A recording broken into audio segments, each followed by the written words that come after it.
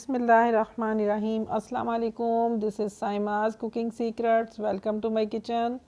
Viewers, कैसे हैं आप लोग? उम्मीद है सब अपने अपने घरों में खुश खुरम और सेहतमंद होंगे। अल्लाह ताला सबको अपने हिफ्ज़ व अमान में रखे।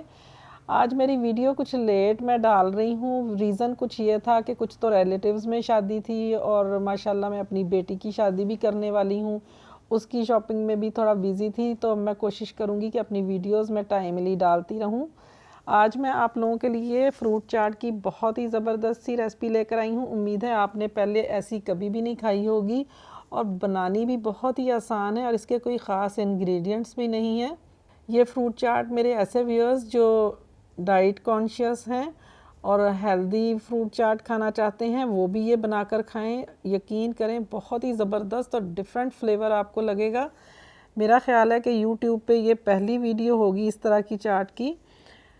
फ्रूट चाट बनाने के लिए आजकल बहुत मज़े मज़े के फ्रूट्स आए हुए हैं, तो उसमें मैंने 2 अदद एप्पल लिए हैं। इनको मैंने बारीक कटिंग करके एक बाउल में डाल दूँगी। इसी तरह मैंने 2 अदद केले लिए हैं, उनकी कटिंग कर ली। अब मैं उन्हें भी बाउल में डाल दूँगी। 2 अदद मैंने अमरूद काट के वो भी इसमें शामिल कर दिए हैं। अंगूर मैंने 1 कप लिए हैं, ये भी इसमें डाल दें।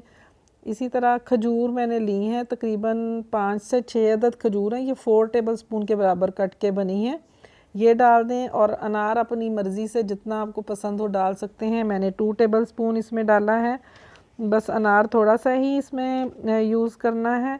फ्रूट्स मैंने सारे शामिल कर लिए हैं। अब इसमें मैं 1/4 टीस्पून काला नमक डाल दूँगी और ऑरेंज जूस मैंने हाफ़ कप लिया है, ये इसमें डाल दें और अच्छी तरह से इसको मिक्स कर दें।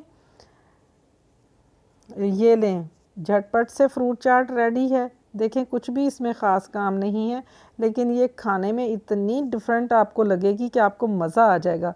बहुत ही सॉफ्ट सा इसका फ्लेवर होता है। आपने कई किस्म की फ्रूट चाट्स खाई होंगी, लेकिन मेरी ये फ्रूट चाट बिल्कुल डिफरेंट स्टाइल की है। इसके लिए जो मैंने फ्रूट्स लिए हैं वो मैं आपको दिखा देती हूँ। मैंने अंगूर लिए हैं 1.5 कप के बराबर, बनाना इसमें मैंने 2 अदद लिए हैं, 2 मैंने एप्पल लिए हैं, 1 मैंगो लिया है और 3 पीच लिए हैं। इसमें मैंने मैंगो जूस लिया है, ये गाढ़ा सा आम मार्केट से आराम से मिल जाता है। 1 कप मैंने ये लिया है और 4 टेबलस्पून मैंने आइसक्रीम ली है। बस इतने से इसके सिंपल से इंग्रेडिएंट्स हैं और ये बच्चा भी आसानी से बना सकता है।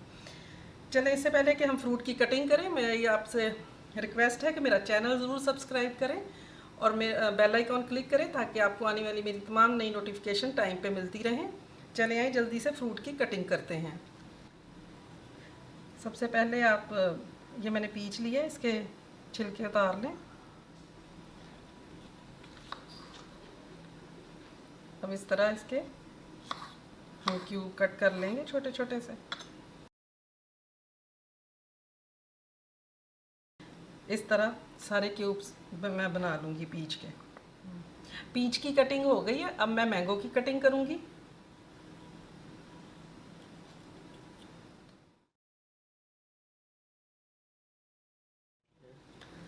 अब एप्पल का इस तरह छिलका उतार दें। कुछ लोग छिलका नहीं उतारना पसंद करते, ये आपकी अपनी मर्ज़ी है, ना छीलें, लेकिन मैं अक्सर छिलका उतार देती हूँ। इसी तरह एप्पल के भी क्यूब कट कर लेंगे छोटे छोटे।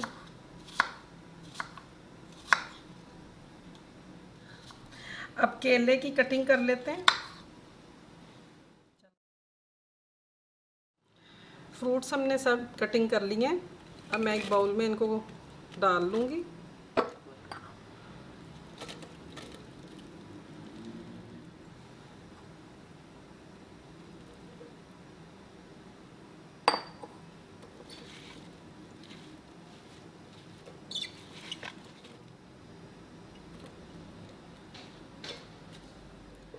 अब ये जो मैंगो जूस मैंने लिया हुआ ये इस पे डाल देंगे। इस मैंगो जूस को डाल दें तो ना ही केले का कलर चेंज होगा और ना ही इसमें एप्पल का कलर ख़राब होगा। फ्रूट को थोड़ा इस तरह ऊपर कोई भी ढकना रख के ना, तो आप इस तरह इसको टॉस करें। उससे ये है कि फ़्रूट की शक्ल बहुत अच्छी हो जाती है। अगर आपके गेस्ट आने हों तो इस मरहले तक आप बनाकर रख लें। तो आइसक्रीम आपने सिर्फ उस वक्त इसमें डालनी है जैसे ही आपने